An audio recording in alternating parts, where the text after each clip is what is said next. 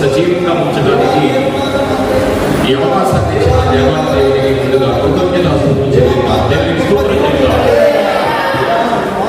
ప్రియ దేవుని సంగమా, దేవుడు గొప్పవాడు, నమ్మకమైన వాడు, సర్వోన్నతుడు అని ఈ క్రైస్తవ జీవితం మానవులోనే చూస్తుందేమో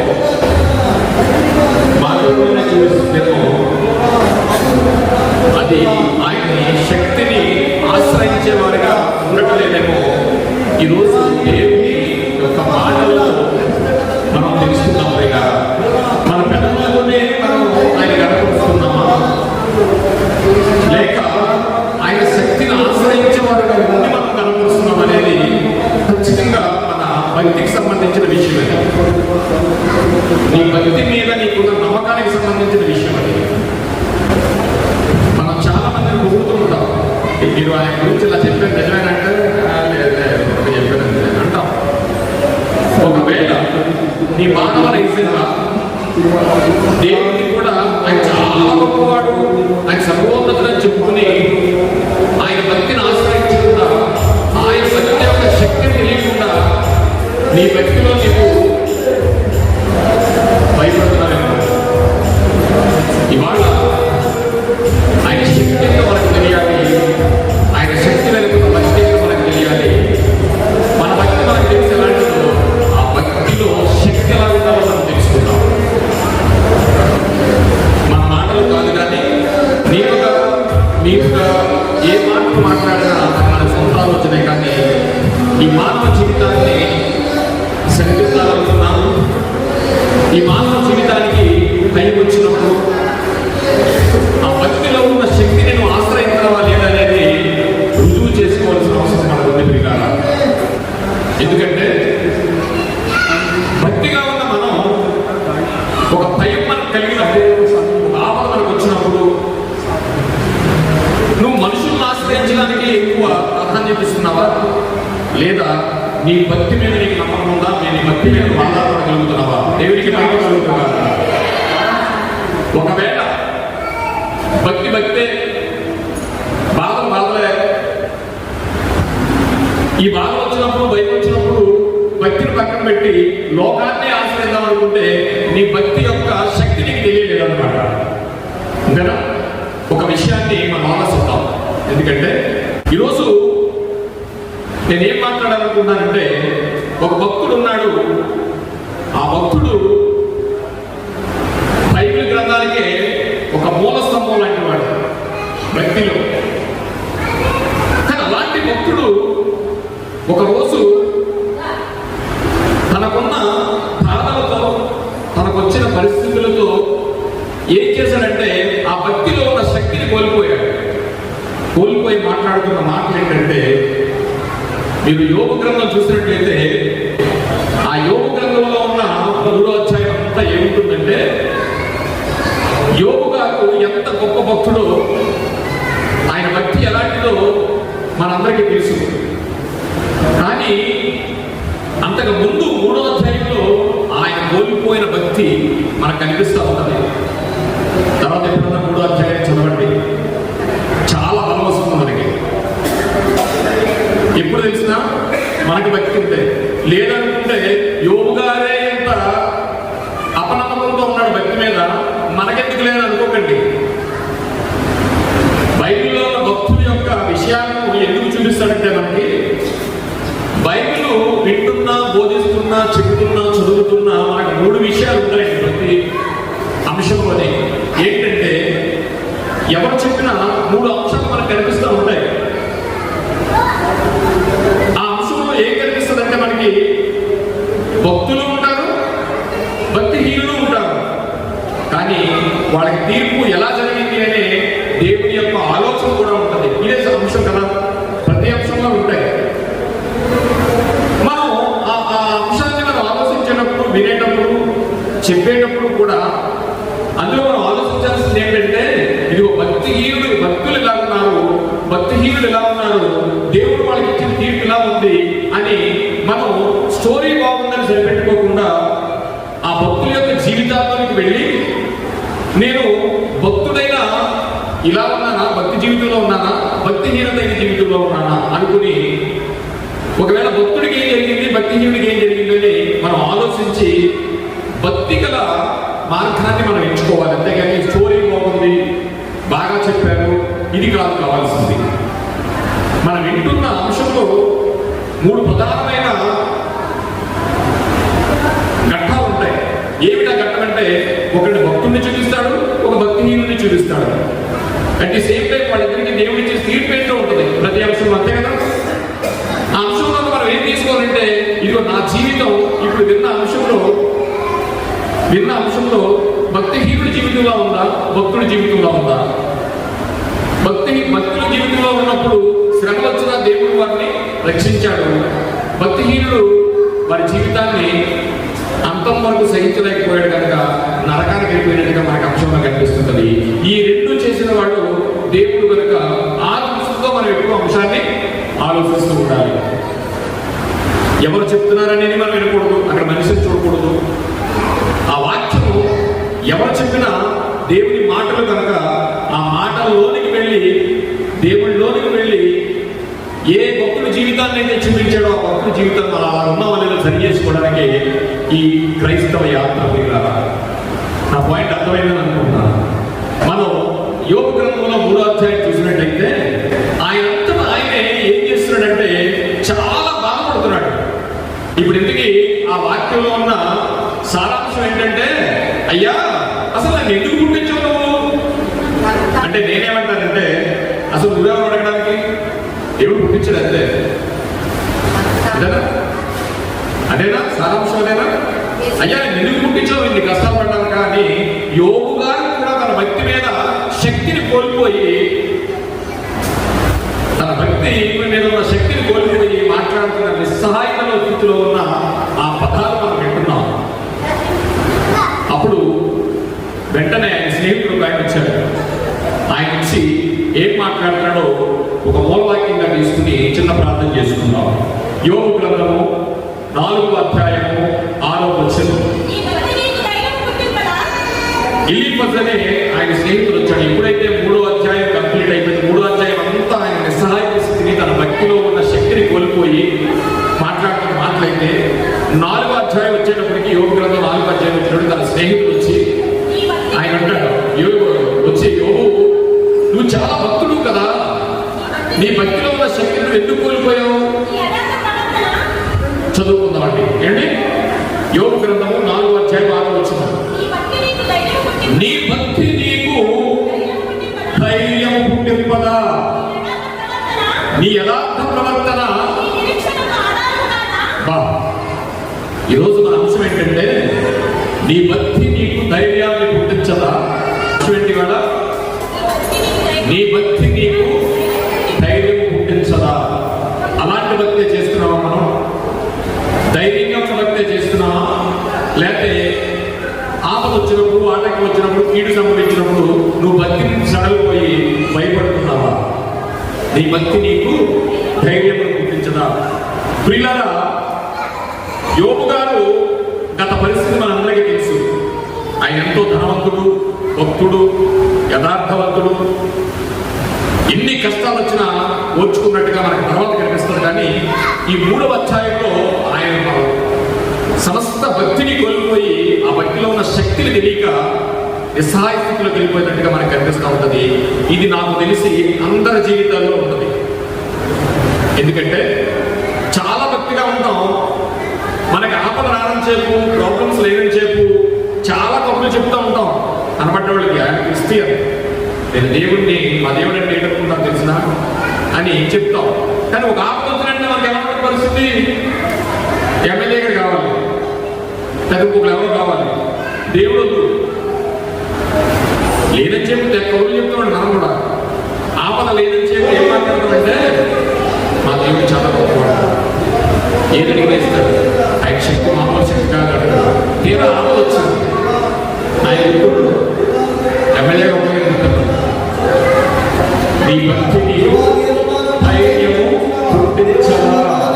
ఇవాళ చేసుకోవాల్సిన ప్రశ్న ఏంటంటే, ప్రతి వాడి జీవితంలో దేవుడు ఎంత గొప్పవాడు అని నీ నమ్మకం ఉన్నవాడు వేసుకోవాల్సిన ప్రశ్న ప్రశ్న ఏంటంటే ఆయన ఎలాంటి పరిస్థితుల్లోనైనా ఆయన ఈ కార్యాన్ని చేయగలిగిన వాడు, నరమాత్రుడైన మనిషికి భయపడకుండా చేయగలిగిన వాడే దేవుడికి భయపడగలుగుతా. తుడిలో నాశనము ఆ మనిషికి నీ వేల భయపడదు అని యెషయా మాట్లాడడం చూడండి. అంటే అవతల మనుషుడే అతను చూసి నువ్వు ఎందుకు భయపడుతున్నావు, ఎందుకు నీ దేవుని శక్తిని ఆశ్రయించలేదు అనేది ఈరోజు మన అంశం. నీ భక్తి నీకు ధైర్యాన్ని పుట్టించదంటే పుట్టించాలి. లేదా లేకపోతే ఆదివారం చక్కగా రెడీ అయిపోయి భక్తి గల వాళ్ళగా నడిపిస్తూ చాలా భక్తులని చెప్పుకుంటూ ఆయన భక్తిని ఆశ్రయించకపోతే ఇదిగో ఇలాగే వెళ్ళిపోతే ఆయన స్నేహితులు వచ్చాడు. వచ్చి ఆయన ఏమంటాడంటే ఏంటి గారు మీరు చాలా భక్తులు కదా, అలాంటి భక్తిని కోల్పోయి ఆ భక్తిలో ఉన్న శక్తిని కోల్పోయి మీరు ఇలా నిస్సాయంగా మాట్లాడుతున్నారు అని ఆయన స్నేహితులు అన్న మాటే నీ భక్తి నీకు ధైర్యం పుట్టించదా, నీ యథార్థ ప్రవర్తన నీ నిరీక్షణకు ఆధారం కాదా అన్నాడండి. జ్ఞాపకం చాలండి అని ఈ మాట ఎవరంటారంటే స్నేహితుడు వచ్చి భక్తుడైన యోగు గారిని మేలుకొలిపాడు. అతని భక్తి గురించి జ్ఞాపకం చేస్తున్నాడు.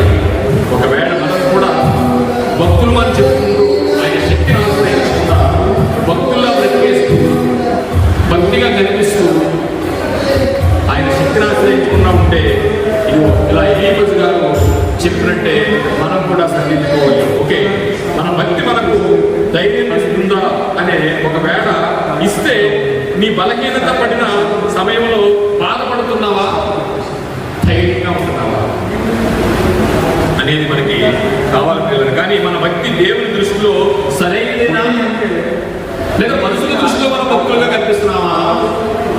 ఏదన్నా ఒక కీడు సంభవించినప్పుడు దేవుని దృష్టిలో సరైనదేనా అని ఒకవేళ సరైనదైతే అది నీ శ్రమలలో నీకు ఏమివ్వాలి?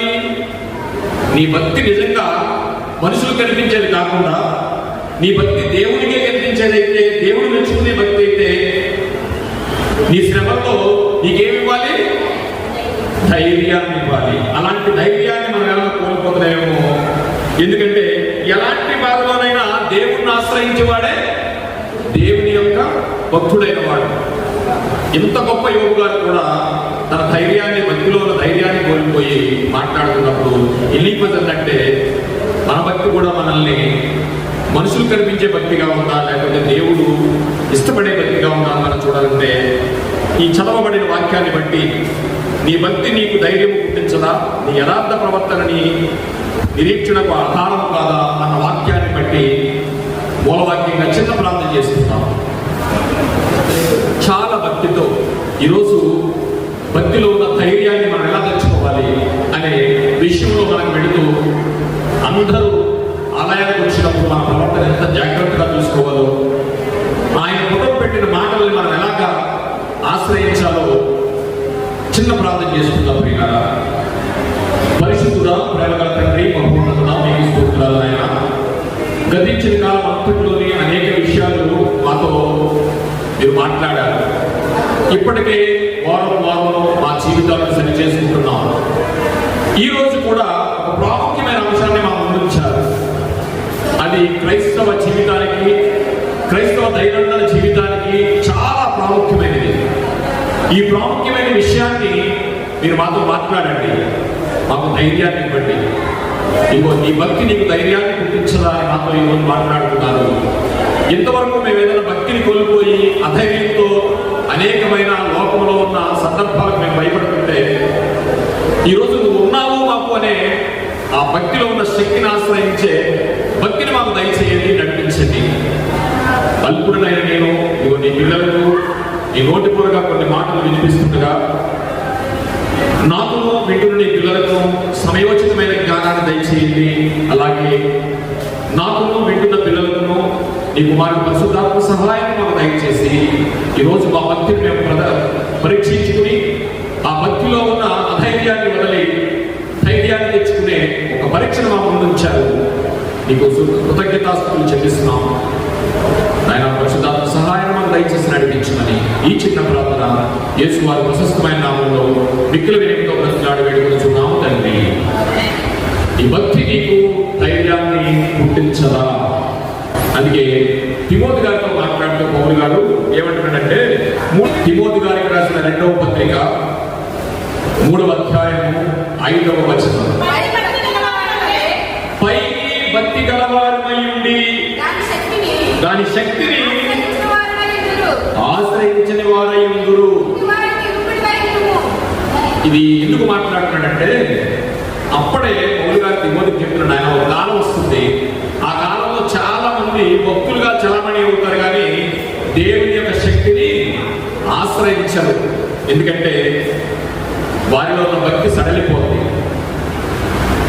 కానీ నువ్వేం చేస్తావు ఇచ్చిన తిమోతి, అలా ఉండకు అని ఆ రోజు తిమోతి గారితో పౌలు గారు మాట్లాడుతున్నారు. ఈ రోజు ప్రత్యక్షంగా జీవగ్రంథం మనతో మాట్లాడుతుంది.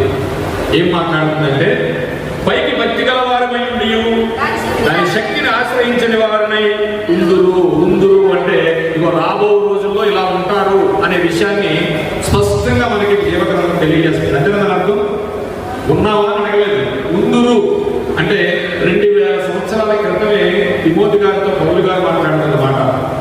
ఇది మనకి ఈ వాక్యంలో మన జీవితానికి అన్వయించుకుంటే మనం ఏమన్నా ఉన్నామా? ఉండకుండా ఉంటే మంచిది పిల్లరా. ఎవరు మీరు మనమే అనుకోవాలి అనుకుంటే తిమోతి గారు మనమే అనుకోవాలి.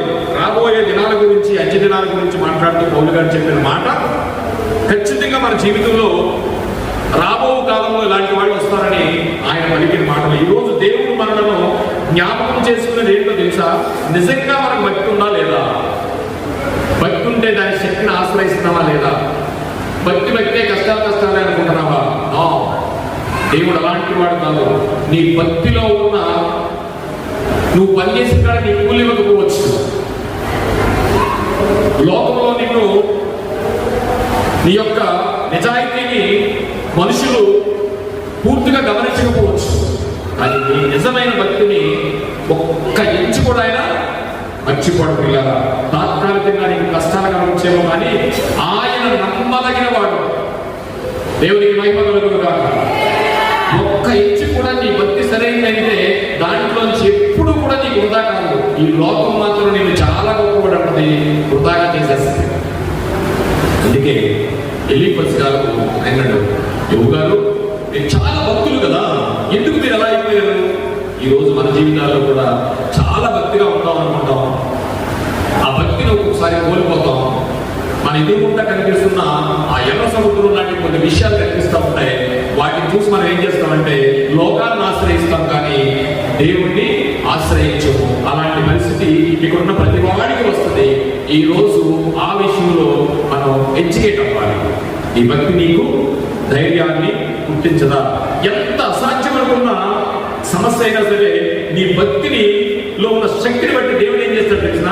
నీ శక్తి కొలది దానికి ప్రొటెక్ట్ చేస్తాడు పిల్లరా. ఇది అసలైన భక్తి ఏంటో మనకు తెలియాలి. అందుకనే ఆయన చెప్తున్నాడు యాకోబు పత్రికలోనే ఒక మాట చదువుకుందాం. యాకోబు పత్రిక 1వ అధ్యాయము 26వ వచనం చదువుకుందాం. ఎవడైనను ఏం చేయలేదండి? తల్లి వెంటే మీకు తెలియదు కదా? తెలీదా? మూతికి సిక్కం అంటే సిక్కం అంటే కళ్ళు అంటే గుర్రానికి ముక్కులో పెట్టి కళ్ళు పెడతారు. ఎందుకంటే చెప్పినట్టు అంటారు. దాని ఇష్టం వచ్చినట్టు కాదు. కళ్ళు అంటే ఏం చేస్తారు తెలుసండి? ఈ ముక్కు ఉంటుంది కదా, ఈ ముక్కులు ఉంటాయి కదా, ముక్కులు నత్తు తెలుసా మీకు? పెద్దలకు ఉంటాయి. మీ వాళ్ళు చాలా మంది పెద్దలకు ఉంటాయి. ముక్కు నత్తు అంటే ఏంటంటే ఇక్కడ పెట్టుకుంటారు, కెత్తుకుంటుంది అనమాట. కళ్ళు అంటే ఏంటంటే గుర్రానికి కళ్ళు పెడతారనమాట. కూర్చుని దాని మీద ఎంత గొప్ప గుర్రమైనా సరే, ఎంత బలమైన గుర్రమైనా సరే అది పట్టుకుంటే వీడి చెప్పినట్టు ఆడుకుంటారు. డెంగరోడు ఎక్కడ సరే, బర్మడు ఎక్కడ సరే ఏం చేస్తుందంటే వీడి చెప్పినట్టు ఆడుకుంటుంది. కళ్ళు పెట్టేది అనమాట. నువ్వు భక్తి కలవాడు అయితే నువ్వు ఫస్ట్ ఏం చేయాలని తెలుసునండి? ఏమన్నాడు? ఎవడైనాను నోటికి కళ్ళెం పెట్టుకొనక. యాక్చువల్గా ఏంటంటే ముక్కు కళ్ళెం గుర్రానికి ముక్కు కళ్ళి ఉంటుంది అనమాట. ముక్కు దూరంలో ఇలా కన్నం వేసేసి ఒక తాడు అందులో పెడితే కరెక్ట్ ఉరుకుంటుంది. ముక్కు చాలా సెన్సిటివ్ ఉంటుంది. ఇప్పుడు దేవుడు ఏమంటున్నాడు తెలిసిన, నీ నోటికి కళ్ళి ఏమంటున్నాడు చూడండి, చదవండి. ఎవరైనా తన నోటికి కళ్ళెము పెట్టుకొనక, అంటే అదుపులో ఉంచుకోకపోతే, తన హృదయమును మోసపరచుకొనుచు భక్తి గలవాని అనుకునే ఎడల, అంటే భక్తి గురించి చాలా ఎక్కువ మాట్లాడుతుంటాం మనం కదా. ఎంత ఎక్కువ మాట్లాడుతుంటే అవి ఇంత మంచి భక్తులు అనుకుంటాం మనం. భక్తి ప్రదర్శిస్తాడు కానీ భక్తి యొక్క శక్తిని ఆశ్రయించడు. అవసరమైతే భక్తిలో ఉన్న శక్తిని కూడా ప్రదర్శించేస్తాడు మనకి, కానీ అతను ఆశ్రయించడు. నాకు ప్రాబ్లం వచ్చిందంటే నేను దేవుడు ప్రార్థన చేసుకుంటాను, దేవుడే తీర్చాలన్నాడు కానీ వాడు మాత్రం భయం పోదు. అదన్నమాట. ఎవడైనా తన నోటికి కళ్ళను పెట్టుకుని ఎడల, భక్తి గలవాడిని అనుకుని ఎడల ఆ భక్తి వ్యర్థమే. భక్తుని అనుకుంటున్నావా, కానీ ఏదైనా వచ్చినప్పుడు దాన్ని ఆశ్రయించట్లేదే, అందులో శక్తి ఉందని నువ్వు అనుకోవట్లేదే, నీ భక్తి ఎంత శక్తి కలదో నీకేం తెలియట్లేదే. ఇది ప్రియా దేవుని సంగమా, ప్రతిరోజు ప్రతి నిమిషం జరుగుతున్న మన క్రైస్తవ జీవితానికి ఇక్కడ చిన్నపిల్లలు ఉన్నారు, యూత్ ఉన్నారు, పెద్దవాళ్ళు ఉన్నారు, అన్ని వయస్సు గలవారికి ఉన్నారు. అని ప్రతి వారికి ఇది చాలా అవసరం ప్రియులారా. ఎందుకంటే దేవుని మాటలు పుటం పెట్టినవి. ఈ మాటలు స్టోరీ కాదు. బైబిల్ అనేది ఎక్కడా కూడా పురాణాలు కాదు. దేవుడు తన అనంత జ్ఞానంతో రాసిన బైబిల్ గ్రంథం కదా. ఇందులో ఒక్క మాట కూడా కొల్లిపోదు కనుక నీ భక్తి ఖచ్చితంగా దాని మీద ఆనుకుని ఉండాలనే విషయాన్ని నేను ఒక హెచ్చరికగా మీకు మీ ముందు ఉంచుతున్నాను పిల్లగా. అలాగే నేను కూడా భక్తిని ఆశ్రయించి ఆ శక్తిని పొందుకోవడానికి నేను కూడా ప్రయత్నిస్తున్నాను, మీకు చెప్పడమే కాదు. ఇది మామూలుగా ఆచారంగా వెళ్ళిపోయేది కాదు. బైబిల్ అంటే ఆయన మాట అన్నాడు అంటే తిరిగి లేదు పిల్లగా. ఆ మాటను ఇంకా మనకి తీసేయడానికి కూడా లేదు. మళ్ళా ఒకసారి చదువుదాం. మనం ఆ జీవితంలో ఎవరు ఉన్నామేమో. ఎవడైనాను నోటికి కళ్ళు పట్టుకొని కంటే అర్థం అలా చెప్తాను. ఎందుకంటే భక్తి గురించి నేను ఇష్టం మాట్లాడేది, నేను చాలా నేను అది అని. ఒకవేళ దాని భక్తి యొక్క శక్తిని నువ్వు ఆశ్రయించలేదనుకో, నీ మాటలన్నీ వ్యర్థమైపోతాయి. పైపులాగా మాట్లాడే భక్తులాగా ఆపద వచ్చినప్పుడు ఆ భక్తిని ఆశ్రయించకపోతే అనే విషయాన్ని చెప్పడానికి నీ నోటికి కళ్ళకు పెట్టుకొని ఎడల తన హృదయం మోసపరుచుకున్నట్టే అవుతుంది. భక్తి కలవాడినని అనుకుని ఎడల అతని భక్తి వ్యర్థమే. ఇది నిత్యం మన జీవితాల్లో జరుగుతుంటే ఇవాళ సరిదిద్దుకుందాం పిల్లలు. భక్తిని ఎవ్వరికి ప్రదర్శించకర్లా, మీరు భక్తులని ఎవ్వరికి చెప్పకర్లా. మీ జీవితం చూసే ఆడికే మీ భక్తి అర్థం అవుతుంది. కానీ దేవునికి మాత్రం మన భక్తి ఎలా ఉన్నారంటే 100% ఉన్నారు. దేవునికి మహిమ కలుగును కాక. చదువు 27. తండ్రి అయిన దేవుని ఎదుట పవిత్రమును నిష్కలంకమునైన భక్తి ఏదనగా,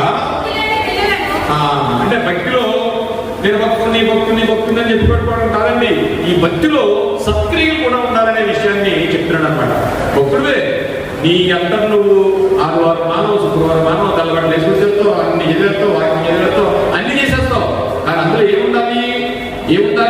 దేవుడు ఏవైతే నీకు చెప్పాడో ఆ సత్క్రియలు కూడా ఉండాలి. క్రియలేని విశ్వాసము ఏంటట? మృతము. క్రియలేని విశ్వాసము మృతము. అంటే నీ భక్తి చచ్చిపోయినట్టు లెక్క.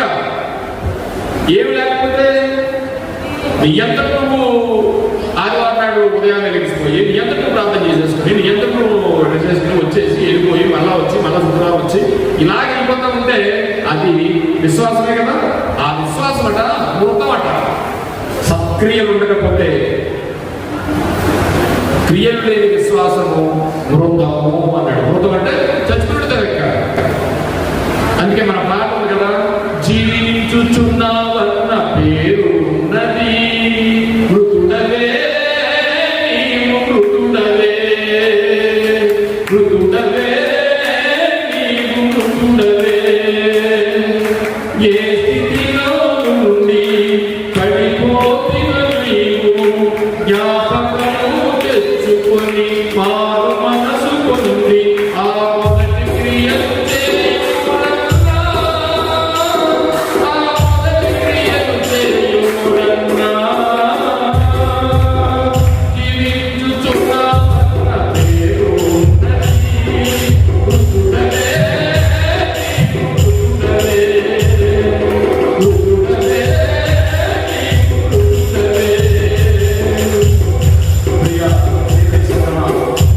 మన క్రైస్తవ జీవితం భక్తులు అని చెప్పుకుంటే చనిపోదట. ఏం చేయాలన్నారు యాకోబు గారు? అందులో క్రియలు కూడా ఉండాలి.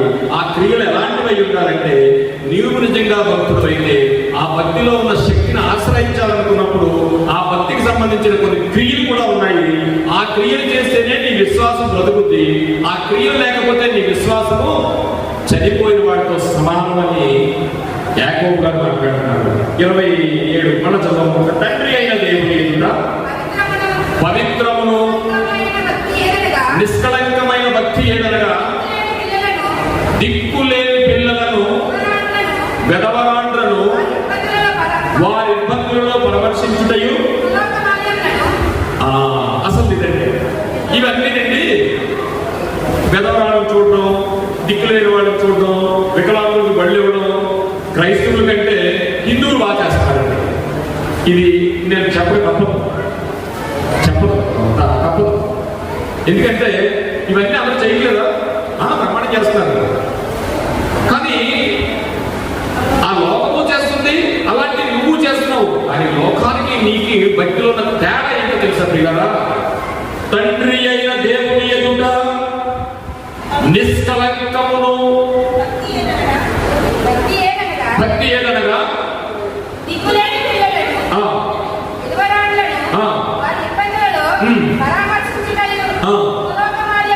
ఇహలోక మాలిన్యం. ఇదే ముఖ్యమైనది.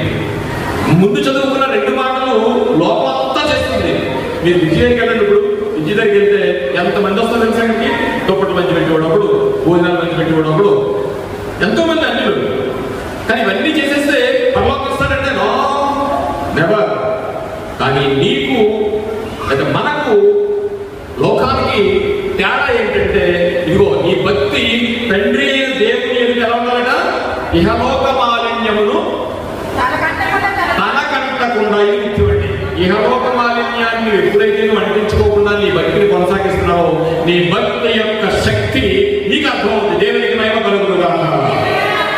నీ భక్తిలో ఉన్న శక్తి నీకు అర్థం కావాలంటే దేవునితో సహవాసం అయి ఉండాలి. ఇహలోక మాలిన్యాన్ని అంటించుకోకుండా దేవుని ఎదుట ఎలా ఉండాలన్నాడు? నీ భక్తిని ఎక్కడ కాపాడుకోవాలంటే మనుషుల ఎదుట కాదు పిల్లారా, దేవుని ఎదుట నీ భక్తిని కాపాడుకుంటే నీ భక్తిలో ఉన్న శక్తి అనేది నీకు అర్థం అవుతుంది. దేవునికి మహిమ కలుగుతుందా? అంటే ఒక వ్యక్తి, ఒక క్రైస్తవుడు ధైర్యంగా ఉండాలి అంటే అతనికి భక్తి ఉండాలి. ఆ భక్తి ఎలాంటిదై ఉండాలంటే క్రియలతో సంబంధించి ఉండాలి. ఆ భక్తి దేవుని ఎదుట మాత్రమే నిష్కళంకంగా ఉండాలి. అప్పుడు నీ భక్తి యొక్క శక్తి ఏంటో నీకు అర్థం అవుతుంది. మనం ఏం చేస్తామంటే మన భక్తి ప్రదర్శించడానికి ట్రై చేస్తాం. నీ నోటికి కళ్ళే పెట్టుకోకుండా నీ భక్తి గురించి నువ్వు ఇష్టం వచ్చినట్టు మాట్లాడేస్తూ ఉంటావు. కానీ దేవుడు తెలుసుగా నీవు ఎలా ఉన్నావు. కానీ నువ్వు ఉండాల్సిన వ్యక్తి ఎలా ఉన్నాడు? యాకోబు గారు దేవుని ఎదుట ఇహలోక మాలిన్యాన్ని అంటించుకోకుండా దేవుని దగ్గర ఉంటే నీ భక్తిలో ఉన్న శక్తి నీకు అర్థం అవుతుంది. లేదనుకుంటే ఏమంటున్నా, ఒక ఆపద వచ్చినట్టునే ఆ భక్తిలో ఉన్న శక్తిని కోల్పోతే, ఇదిగో యోగు గారి లాగా ఎందుకు పుట్టించావా అని దేవుడు అడుగుతున్నాడండి. అంత గొప్ప ఆయన కూడా. అది 3వ అధ్యాయం మొత్తం అంతా దేవుణ్ణి అడుగుతూనే ఉంటాడు. ఆ తర్వాత చదవండి ఒకసారి. అయితే ఇక్కడ మనం ఆలోచించాల్సింది ఏంటంటే ప్రియులారా, అందరికీ తెలిసిందే, ఒక వ్యక్తిని మీకు పరిచయం చేస్తాను, ఒక ప్రవక్తని. ఆ ప్రవక్తలో ఉన్న భక్తిని ఎలా ఆశ్రయించాలో మనకు తెలిస్తే మన జీవితంలో కూడా మన భక్తిని ఎంత శక్తి ఉందో ఆశ్రయించాలో తెలుసుకోవడానికి కొన్ని విషయాలు మనం చూద్దాం. నిజమైన భక్తి గురించి మనం తెలుసుకున్నాం. మొదటి రాజుల గ్రంథము 18వ అధ్యాయంలోకి మనం వెళ్ళినట్టయితే ప్రియులారా, అక్కడ మనకు ఆహాబు గారు, ఏలియా గారు, యెజబెల్ గారు ఇలాంటి పాత్రలు మనకు కనిపిస్తూ ఉంటాయి. అయితే మనకు ప్రవక్తలు అనగానే చాలా మంది ఉన్నారు, కానీ అందరికీ వాడుకలో ఉన్నవాళ్ళు కొంతమంది ఉంటారు మనకు తెలిసి. ప్రవక్తల పేర్లు చెప్పండి, ఎవరు గుర్తొస్తారు సాధారణంగా? ఎలీషా గారు, ఏలియా గారు, ఇలాంటి వాళ్ళు చెప్పండి. ఇంకా చాలా మంది ఉన్నారు, కానీ కొంతమంది వాడుకలో ఉంటారు మనకి. అలాంటి వాడుకలో ఉన్న ఒక ఆయనే ఏలియా గారు. ఏలియా గారు అందరూ తెలుసా? ఎలా తెలుసు? చిన్నప్పుడు ఏమన్నా తెలుసా? తెలుసా? ఇంక మీ ఊరేమన్నా వచ్చారా? దేవుడి ద్వారా మనకి బైబిల్లో ఉన్నారని తెలుసు. సో ప్రవక్తలను కానీ కొంతమంది పేరు చెప్పండి, ఇలాంటి వాళ్ళు పేరు ముందు చెప్పేస్తున్నాం. చాలా మంది ఉన్నారు, అబక్ గారు ఉన్నారు, మీకా గారు ఉన్నారు. వాళ్ళు చిన్న చిన్న ప్రవక్తల్ని మన బాడీలో ఉంటారు కనుక వాళ్ళకి తెలియదు. అలాంటి ఏలియా గారిని ఈరోజు మనం భక్తి గురించి తీసుకుందాం. ఆయన జీవితం ద్వారా మన భక్తిలో ఉన్న శక్తి ఏంటో మనం తెలుసుకుందాం పిల్లల. ఒకప్పుడు ఏలియా గారి కాలంలో ఆహాబ్ అనే ఆయన ఉండేవాడు. ఆయన ఇశ్రాయేలు రాజు, అనేకమైన ఉన్నత స్థలాల్ని పాలించేవాడు. చాలా మంచివాడు కదా అని ఆ అహాబుని ఇశ్రాయేలు రాజుగా చేశాడు. సర్వోన్నతమైన దేవుడు చేసిన తర్వాత కొన్నాళ్ళకి ఒక అన్య స్త్రీని వివాహం ఆడాడు. ఆ వివాహం ఆడిన తర్వాత ఆ అన్య స్త్రీ వల్ల ఏం చేశాడంటే ఆయన పడిపోయాడు. ఎలా పడిపోయాడంటే ఎంత పడిపోకూడదో అంత పడిపోయాడు. అహాబు ఏం చేశాడు తెలుసండి? ఇశ్రాయేలు ప్రజల్ని, తన పిల్లల్ని పాలిస్తాడని, భక్తిలో పెంచుతాడని ఒక భక్తిగా ఉన్న అహాబుని సర్వోన్నత దేవుడు ఎంచుకుంటే అతని వల్ల ఆ ఇశ్రాయేలీలో ఉన్న భక్తి అంతా పోయి అన్య ఆచారాలకు వాళ్ళు వెళ్ళిపోయారు. అన్య దేవతలు పూజించడానికి వెళ్ళిపోయారు. అసలు దేవుడు ఎవరు తెలియకుండా అయిన పరిస్థితి ఆయన కాలంలో వచ్చేసింది. చూడండి ఎంత ఇదో, భక్తిని మర్చిపోయి అహాబు గురించి మీకు తెలుసు. తన భార్య వల్ల ఏమైందంటే మొత్తం ఒక అన్యుడిగా మారిపోయాడు పిల్లల. అలాంటి పరిస్థితుల్లో ఒక సందర్భం వచ్చింది. అయితే టోటల్గా అతను ఏం చేశాడంటే విగ్రహాలకు వెళ్ళిపోయాడు. ఆ రాజ్యాన్ని అంతటిని, ఇశ్రాయేలు అంతటిని అనేక మందిని విగ్రహాలుగా మార్చేశాడు. దేవుడు ముందే చెప్పాడు ఇశ్రాయేలులో ఏ రాజు అయితే విగ్రహాలను చేస్తాడో ఆ కాలంలో పరువు వస్తుంది అని చెప్పేశాడు. అంటే ఇప్పుడు రాజు వల్ల ప్రజలందరూ నాశనం అయిపోవాలి. అలాంటి పరిస్థితులు అనమాట అండి. ద్వితీయోపదేశకాండం చూద్దాం ఒకసారి. ద్వితీయోపదేశకాండము 11వ అధ్యాయం 16వ వచనం. ద్వితీయోపదేశకాండము 11వ అధ్యాయం 16వ వచనం. మీ హృదయములు ఏంటండి?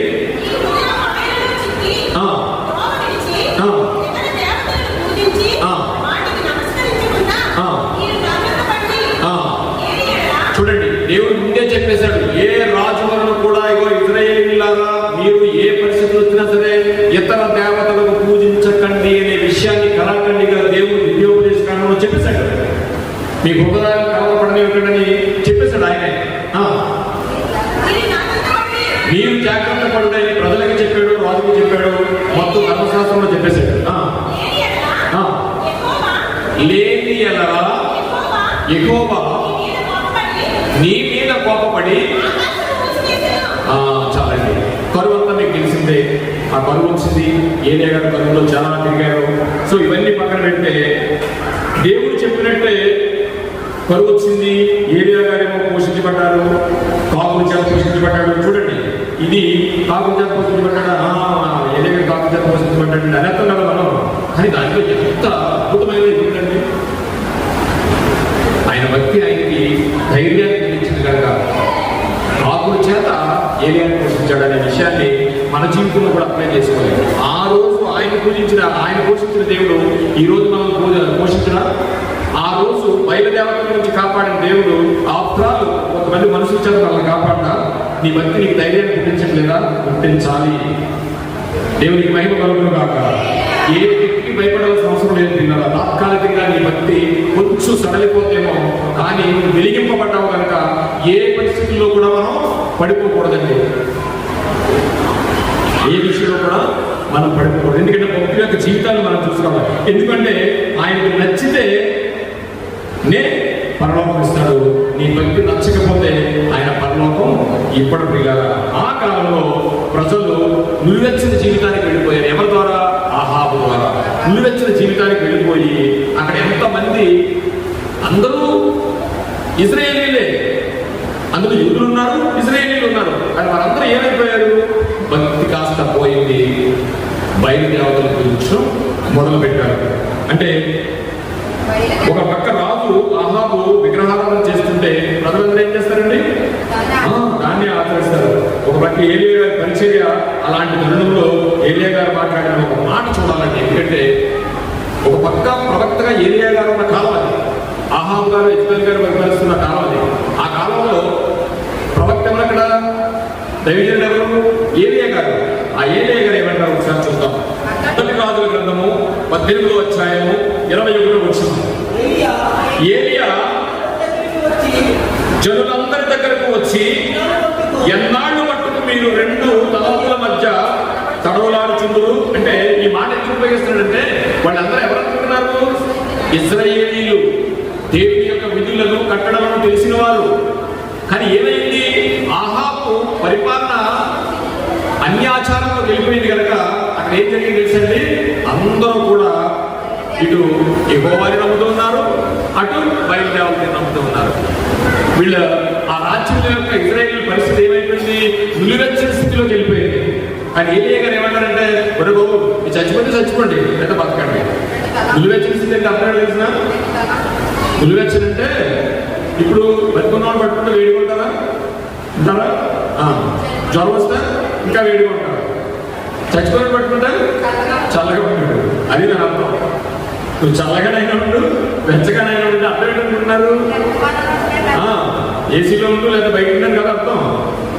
నిలువెచ్చని స్థితి అంటే అర్థం ఏంటంటే ఏలియా గారికి ఏమంటారంటే, ఒరే మీరు చచ్చిపోయి చచ్చిపోండి, లేదు మీరు బయలుదేవతలనే పూజించండి, యెహోవా మాట ఎత్తకండి, లేదు ఇందులో వచ్చేది అని కళాఖండిగా ఆయన బోధిస్తున్న కాలం అన్నమాట అది.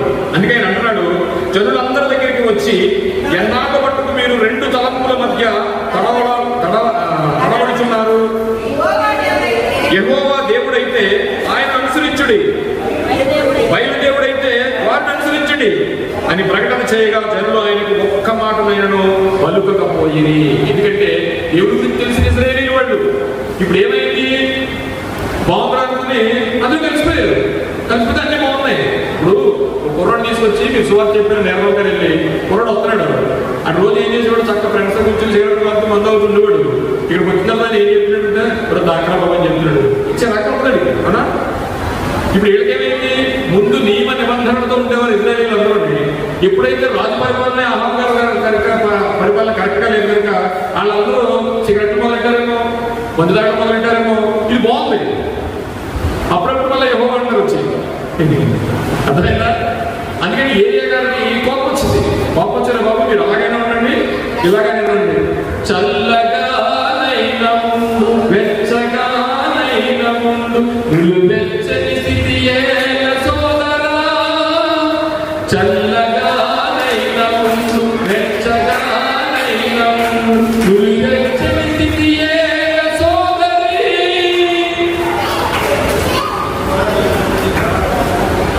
అర్థమైందండి? ఎలా ఉండాలి మనం? అటైనా ఉండాలి, ఇటైనా ఉండాలి అనే విషయాన్ని చెప్తూ ఆయన చెప్పాడు.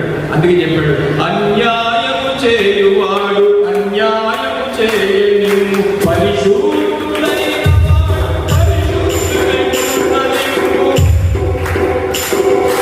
అన్యాయము చేయువాడు అన్యాయము చేయని పరిశుద్ధుడైన వారి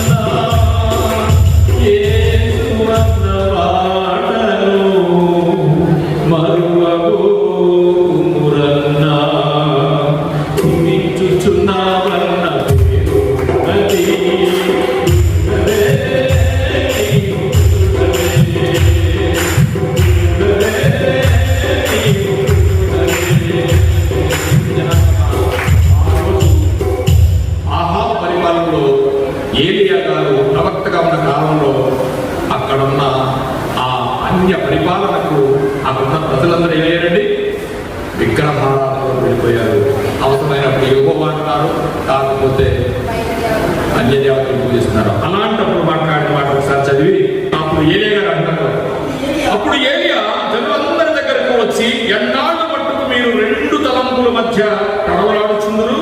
యెహోవా దేవుడైతే ఆయనను అనుసరించుడి. చెప్తున్నాడు, యెహోవా దేవుడని మీకు తెలుసు కదా, దేవుడని తెలుసు కదా, అయితే ఆయన అనుసరించండి. లేదా బయలుదేవుడైతే వారిని అనుసరించండి. ప్రకటన చేయగా జనులందరూ ఆయనకి ఒక్క మాట ఆయనను పలుకకపోయి. ఎందుకంటే తెలుసు వాళ్ళకి. ఈరోజు మన జీవితం కూడా నులివెచ్చని స్థితిలో ఏమైనా ఉంటే పైకి భక్తి గలవారిగా ఉండి దాన్ని ఆశ్రయించిన పరిస్థితుల్లో మనం ఏమైనా ఉన్నామేమో. ఈరోజు మనం ఏలియా గారి యొక్క భక్తి వెనకాల ఉన్న శక్తి ద్వారా మనం శక్తి పొందుకున్నప్పుడు ఇలా 22వ వచనం కూడా చదువుతున్నాం. అప్పుడు ఏలియా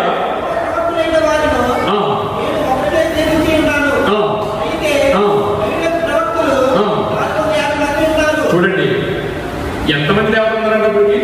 ఎప్పుడైతే యెహోవా నుండి వీళ్ళు బయటకు వచ్చారో మొత్తం దేవతలు ఎంటర్ అయిపోయారు. 450 మంది దేవతలు ఉన్నారు. తర్వాత ఇంకో కొంతమంది ఉన్నారండి. వాళ్ళు ఎవరు తెలుసునండి? వాళ్ళు ఎవరు తెలిసిన బయలు ప్రవక్తలు 450 మంది ఉన్నారండి అక్కడ. వాళ్ళ దేవతలు ఎంతమంది తెలిసిన ఆషాఢ దేవత ప్రవక్తలు 400 మంది ఉన్నారు. మొత్తం అక్కడ అన్య ప్రవక్తలు ఎంతమంది బయలుదేరారు తెలుసండి?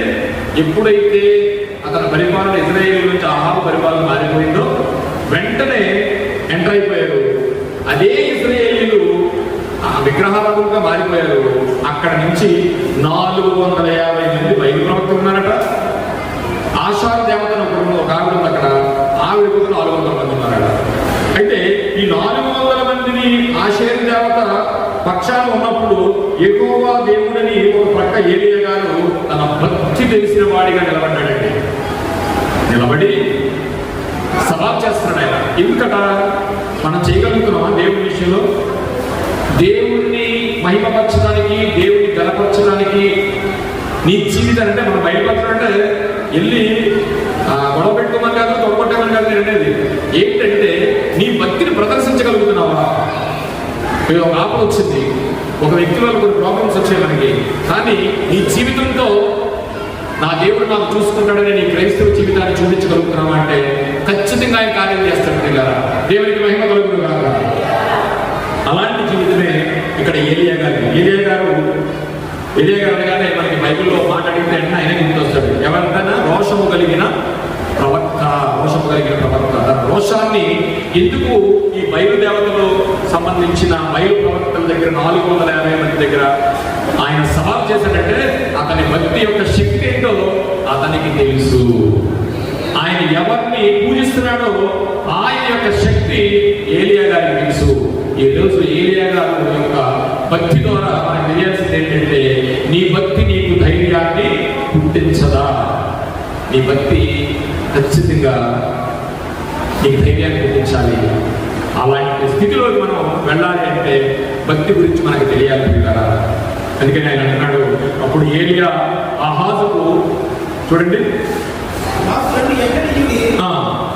22 వచ్చినవండి 18-22. అప్పుడు ఏలియా యెహోవాకు ప్రవక్తలైన వారిలో నేను ఒకడనే శేషించి ఉన్నానంటే చూడండి ఇక్కడ ఆలోచించాల్సింది ఏంటంటే అందరూ ఇశ్రాయేలీయే, అందరూ దేవుడి ప్రవక్తలే. కానీ అహాబు గారి కాలం అంతమయ్యి ఆఖరికి వచ్చేటప్పటికి ఒక్కడే ఉన్నాడట. ఆ రాజ్యంలో ఒక్కడే ఉన్నాడట. ఆ ఒక్కడు ఆ భక్తిలో ఉన్న ధైర్యాన్ని మీరు ఆలోచించండి. అందుకే ఈ పాయింట్ మీకు చెప్పాలనుకుంటున్నాను. ఎందుకంటే చెప్తున్నాడు ఆయన భక్తిలో ఉన్న శక్తి, దేవుడి శక్తిని, భక్తిని ఎలా ఆశ్రయిస్తున్నాడంటే అప్పుడు ఏలియా యెహోవాకు ప్రవక్తలైన వారిలో నేను ఒక్కడనే శేషించి ఉన్నాను. అయితే బయలకు 45 మంది ఉన్నారు, 450 మంది ఉన్నారు అని మొదలుపెట్టి ఆయన ఏం చెప్తున్నాడంటే ఇక్కడితో నేను ఆపుతున్నాను. విషయం ఏంటంటే